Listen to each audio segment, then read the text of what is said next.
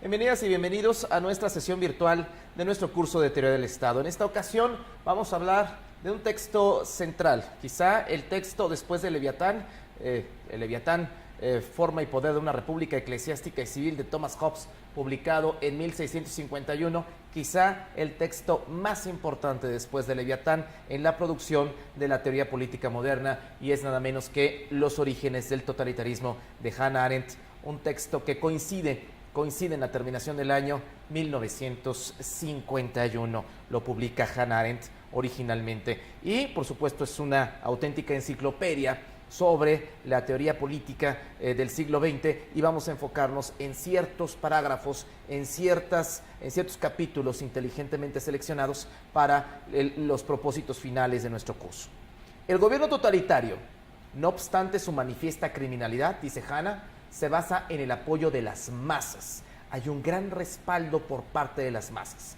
Totalitarismo es un régimen político, y cuando hablamos de totalitarismo estamos hablando que la razón de Estado se impone a la razón humana. Y esta imposición digamos que está subsidiada por un fuerte apoyo popular, por un fuerte apoyo masivo. El régimen nunca fue monolítico. Se hallaba conscientemente construido en torno a funciones superpuestas, duplicadas y paralelas. Su estructura grotescamente amorfa era conservada, unida por el culto a la personalidad del Führer, en el caso del nacionalsocialismo alemán, y la rama ejecutiva del gobierno no era el partido, sino la policía. Va a tomar el ejemplo de Mussolini, Hannah Arendt, además del ejemplo de Mussolini, va a tomar el ejemplo de Stalin en Rusia y, por supuesto, el ejemplo de Adolf Hitler en las escenas del nacionalsocialismo, para entretejer a partir de un estudio comparado esta premisa sobre los orígenes del totalitarismo. Y habrá que destacar el tema de superpuestas, funciones superpuestas, duplicadas y paralelas. Esto es un alegato en contra de la tradición del constitucionalismo, porque normalmente bajo un régimen de carácter constitucional hay una serie de funciones no superpuestas, sino diferenciadas, una serie de funciones por parte de los poderes, que están tanto facultades de correspondencia, donde dos o más poderes pueden colaborar para llegar a ciertos fines, así como facultades independientes, donde no hay influencias nulas, influencias recíprocas, donde no existe colaboración para los fines facultativos de estas potestades, y donde sí existe esta colaboración. Lo que tenemos es, en pocas palabras, un sistema de pesos y contrapesos que es fundamental en cualquier teoría constitucional occidental moderna. Pero el totalitarismo es literalmente un terremoto frente a esta tradición de las influencias nulas, de las influencias recíprocas y de los contrapesos. Lo que tenemos es un esquema mucho más holístico, donde hay funciones superpuestas, duplicadas y paralelas. Tenemos una serie de funciones, un esquema exponencial de funciones y, por supuesto, duplicado de funciones, lo cual no establece en nada los equilibrios de un plano cartesiano, sino prácticamente los equilibrios de una concentración y dispersión en torno a una serie de potestades que no se encuentran bajo contrabalanceos, sino bajo movimientos altamente diferenciados. Esto nos va a quedar claro conforme a la idea del propio texto. Nos trata de contextualizar un poco Hannah y dice: por los años de la República de Weimar, los partidos, como un mecanismo de prestigio, se esforzaban en indicar que no eran una simple fracción, sino un movimiento. Y esta es precisamente la coyuntura en la que nacen los partidos que dan cobijo a estas tres experiencias totalitarias. No como una fracción, no como una parte del todo, sino como un movimiento que involucra al todo y que proviene del todo. El sistema continental de partidos supone que cada partido se define a sí mismo consciente como una parte del todo, que a su vez está representada por un Estado por encima de los partidos.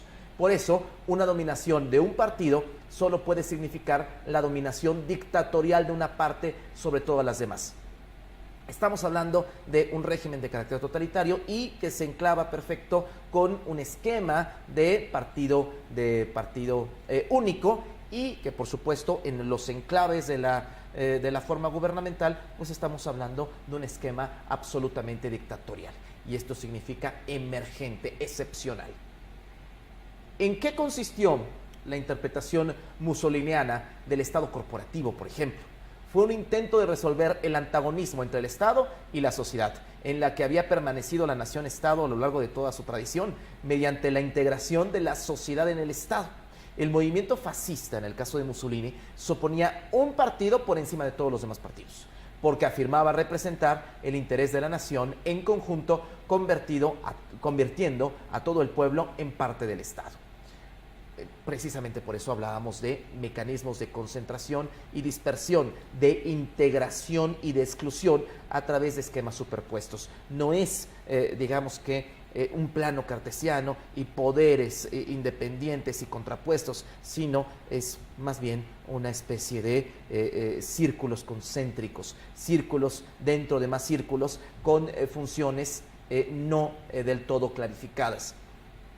¿Y por qué? Porque no es la función, sino el movimiento. Ustedes dirán, ¿qué caos supondría esto? En efecto, porque no es la función, sino el movimiento lo que se encuentra en el primer plano de actuación del diseño de este particular esquema que llamamos totalitarismo.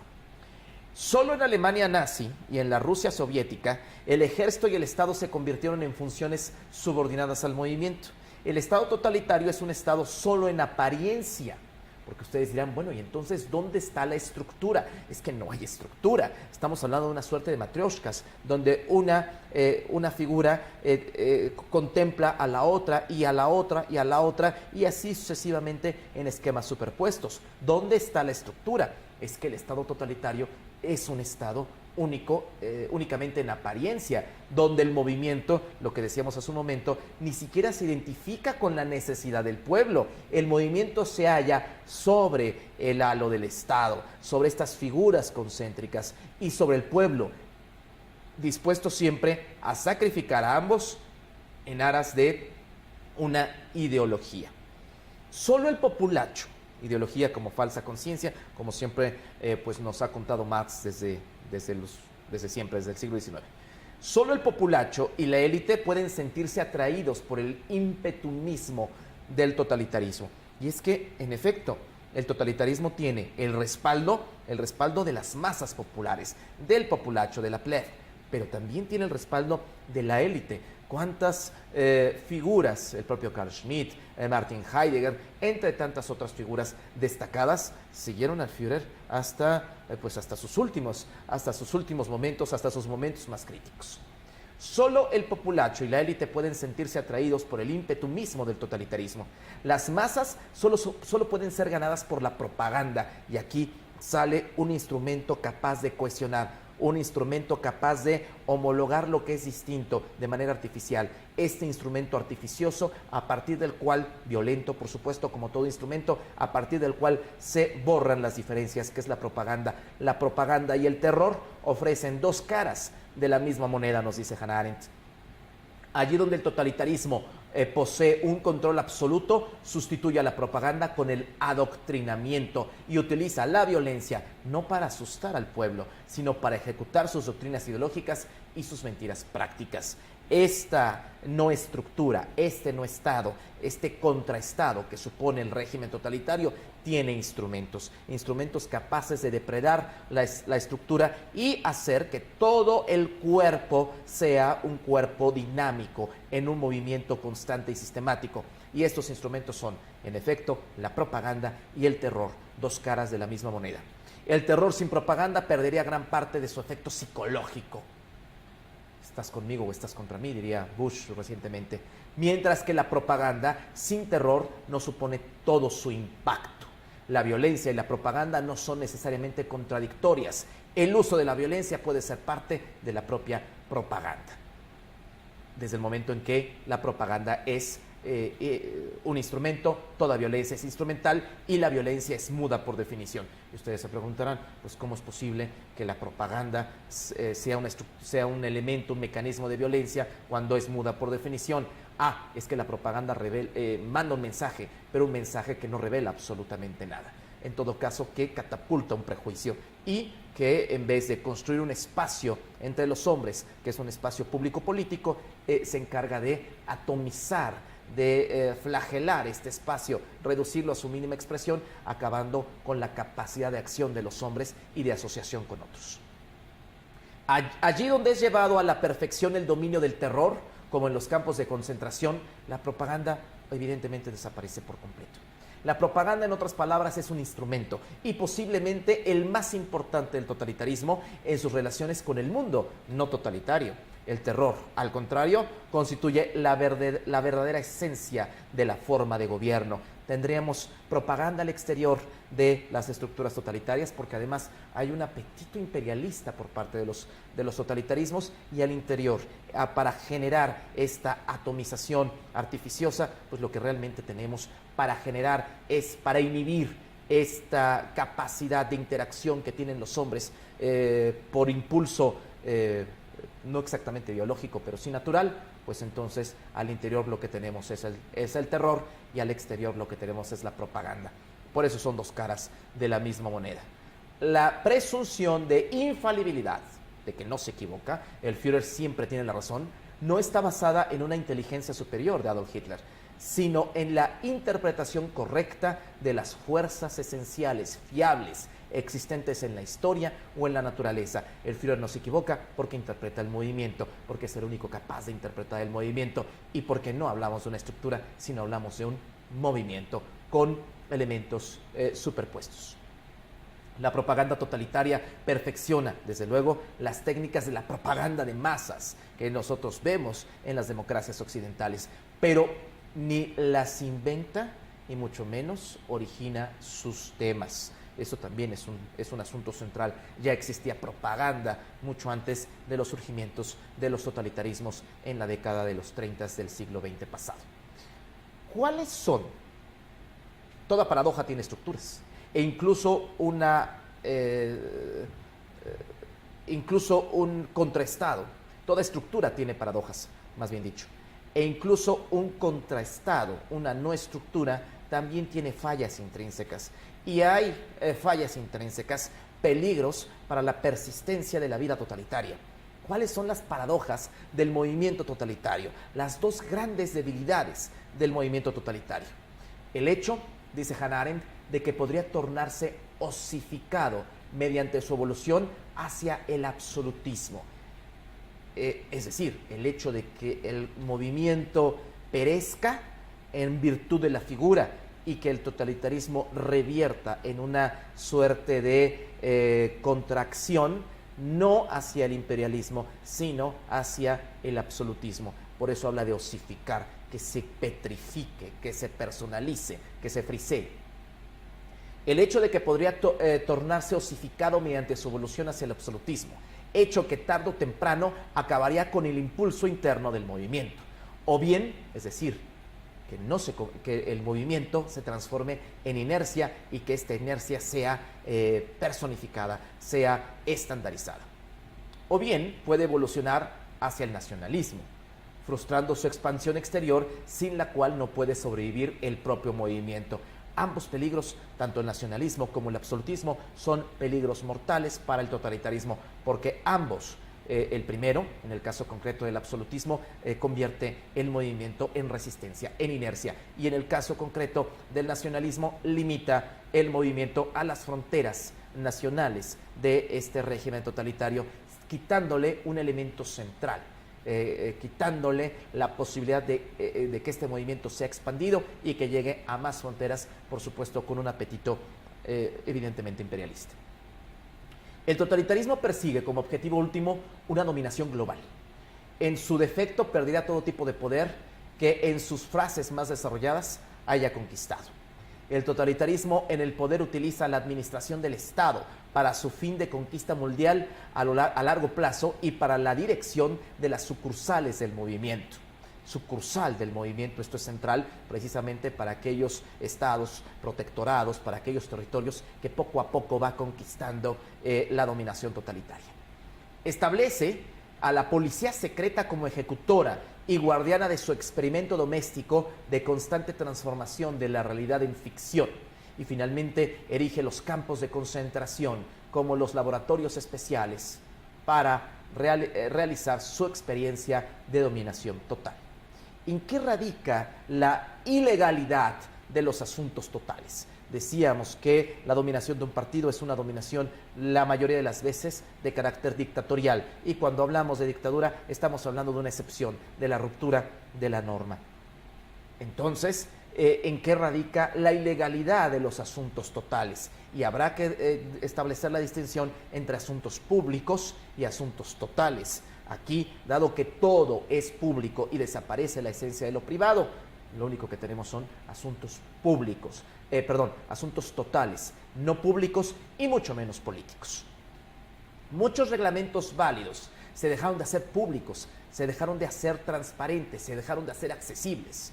El hecho calza con la afirmación de Hitler, según la cual el Estado total no debe conocer diferencia entre la ley y la ética, pues si se suponía que la ley válida es idéntica a la ética común y procedía de su conciencia, entonces no existía necesidad alguna de decretos públicos. No había necesidad de decretos públicos porque la decisión del soberano cambiaba en cada momento, cambiaba de acuerdo al bazar de la coyuntura y no tenía por qué hacer público, porque no, un elemento de la publicidad es la discusión. Un elemento de la publicidad es el debate, otro elemento es la controversia y por tanto pues no tenía que publicar aquello que no tenía que ser debatido porque él interpretaba mejor que nadie, el Führer no se equivoca una vez más, las directrices del movimiento, por eso el Führer era el Führer. El totalitarismo realmente existente en la ejecución de sus procedimientos, aquí Hanna es bastante tenaz, descansa en la carencia absoluta de un sistema. No tenemos estructura y tampoco tenemos sistema. ¿Por qué? Porque lo que tenemos es una duplicación de procedimientos y esta duplicación de procedimientos era una cuestión de absoluto principio de orden y permanencia que hacía que el vértice de la pirámide, aquel centro que tomara las decisiones, a partir de la duplicación de estos principios, siguiera en esa persistencia, tomando decisiones. Esto no es otra cosa más que un control exacerbado, absolutamente calibrado de la circulación de las élites y una estructura absolutamente vertical con respecto a las mismas, al tránsito de las mismas. El desafío totalitario a la ley y a la legalidad encontró en la Constitución de Weimar y en la soviética un fondo permanente para su propia ilegalidad. El nacionalsocialismo jamás derogó la Constitución de Weimar por la simple y sencilla razón que la propia Constitución de Weimar, una constitución ampliamente democrática, tenía las suficientes fisuras que no eran demasiado extensas, pero sí eran lo suficientemente concretas como para dejar pasar esto que llamamos una gran atrocidad durante el siglo XX. Solo un edificio puede tener estructura, un movimiento por su parte solo puede tener dirección, y cualquier forma de estructura legal o gubernamental puede ser únicamente un obstáculo a un movimiento que está siendo impulsado con creciente velocidad hacia una sola dirección. El gobierno totalitario siempre transformó a las clases en masas. Suplantó el sistema de partidos no por la dictadura de un partido, sino por un movimiento de masas, desplazó el centro del poder del Ejecutivo a la policía y estableció una política exterior abiertamente encaminada hacia la dominación mundial. ¿En qué radica entonces la distinción del gobierno totalitario? Nada menos que en su desafío a las leyes positivas, desafío convertido en una forma más elevada de legitimidad, dado que, inspirado por las mismas fuentes, puede dejar a un lado esta insignificante legalidad. El totalitarismo se encuentra más allá de la estructura de la legalidad, más allá de la estructura de la legitimidad, porque donde hay totalidad, la legalidad y la legitimidad se confunden. El procedimiento sancionador de una premisa en una ley se extingue. ¿Por qué? Porque no tenemos una distinción fundamental de estos esquemas normativos, lo público y lo privado. Lo público y lo privado no existe. Todo se convierte en naturaleza absolutamente pública. En la interpretación del totalitarismo, todas las leyes se convierten en movimientos. Y quizá el movimiento sea la premisa esencial y básica de la ley, pero por supuesto el movimiento sin el procedimiento, pues no puede ser ley. Como tal, no existen leyes y no existe ninguna estructura de legalidad en el totalitarismo, solamente la veracidad del movimiento. El terror se convierte en total cuando se torna independiente de toda oposición. Domina de forma suprema cuando ya nadie se alza en su camino. Si la legalidad es la esencia del gobierno no tiránico y la ilegalidad la esencia de la tiranía, entonces el terror es la esencia, el resorte, el valor que impulsa, en palabras de Montesquieu, la dominación totalitaria. ¿Qué es el terror? La realización de la ley de movimiento, que no es una ley, sino una tendencia arbitraria y atroz. Su objetivo principal es hacer posible que la fuerza de la naturaleza o la historia corran libremente a través de la humanidad sin tropezar con ninguna acción espontánea, que la fuerza de la naturaleza previamente enjuiciada por unos pocos, por una élite, que es la élite que comanda el movimiento, que la fuerza de la historia previamente dictaminada por el mismo grupo. El terror destruye el espacio entre los hombres. Incluso el desierto de la tiranía parece como una garantía de libertad en cuanto que todavía supone algún tipo de espacio. Destruye el terror el único prerequisito esencial de todas las libertades, que es simplemente la capacidad de movimiento, que no puede existir sin espacio.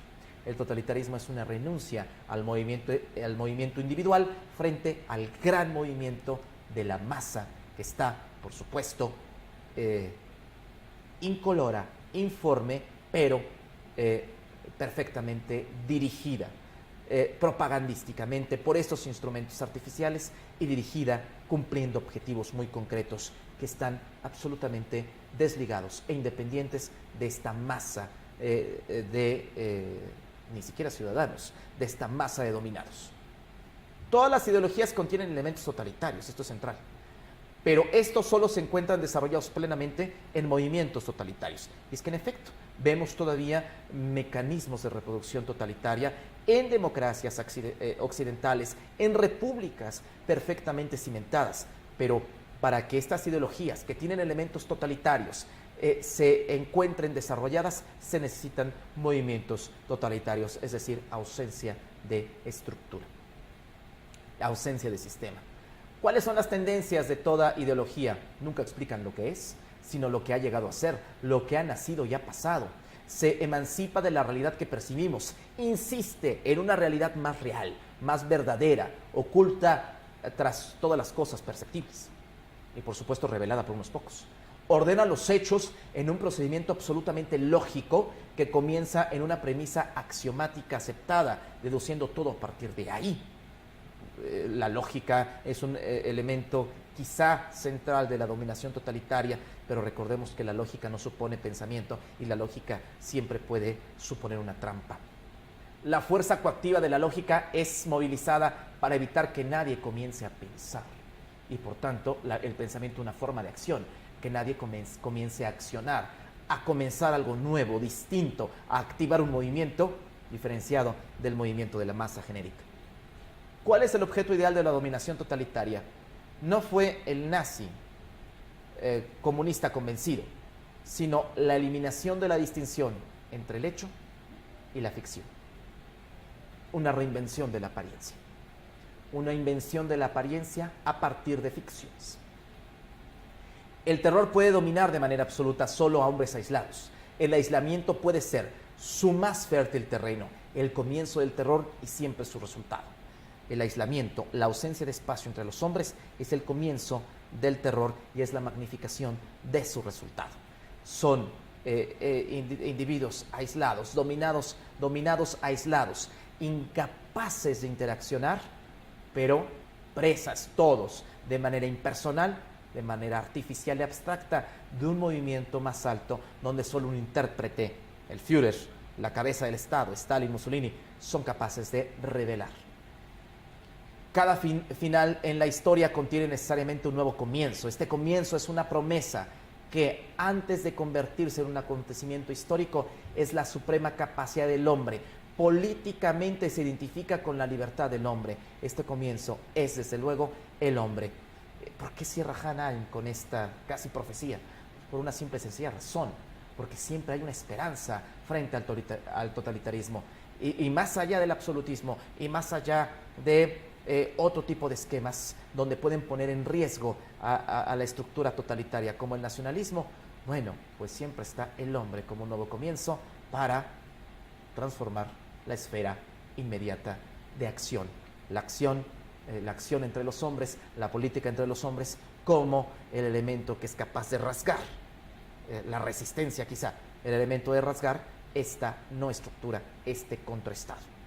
Más adelante tendremos más sobre este texto. Hasta la próxima.